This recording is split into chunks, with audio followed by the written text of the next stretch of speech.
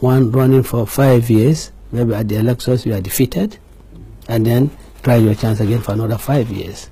You know, it does not really take away. It should be 2 consecutive. You cannot run for 2 consecutive. You cannot run for 2 consecutive terms, and I think, you know, there's a lot of sense in that. I mean, it affords, you know, stability, you know, and within the party that one belongs, and even with other parties that is not in government. You know that what President Y will be out at the end of 10 years. What about even within your party? The second round? Well, second round is also one that is gaining. I mean, that is gaining currency, you know, in many places, particularly in Africa.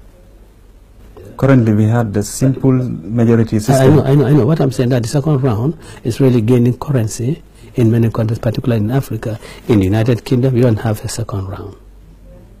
In the United States, you don't have a second round. And then let me say, you know, India, you know, in this. Which one do you favor? Simple majority or? Well, you know, because of the infancy of our democratic practices, I think a second round is needed, is essential. But when we go on and we mature, then really, then you can think of doing away with it, because I mean, all these places I've referred to, they are very mature democracies, and the elections are held, you know, in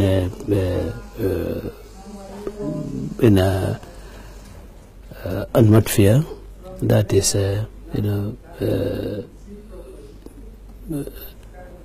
conforms with democratic norms, and that there are no, well, I wouldn't say there are no, but there are no obvious, you know, manipulations of the electoral process. And of course, you know, the second round of voting, this disadvantage is that, you know, within, I mean, between the first round and the second round, period is so short, and it also puts the leading parties at some disadvantage, because the other parties that you will be really calling, whose support you will be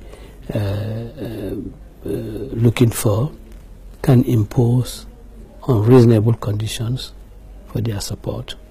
Okay, we're running out of time, but we're going to finish with this one. Tens of thousands of people support you, but equally you have so many detractors. What do you say to them? Well, but this is politics, you know, so you cannot, you should expect opponents and others who really, for some reason or the other, do not have any admiration for you, to just begin to... Why do you think that is so? Well, it will be difficult for me to guess. Those who are the detractors, I think they should give their reasons. I mean, I don't know whether they're detractors, or I prefer calling them those who do not support UDP.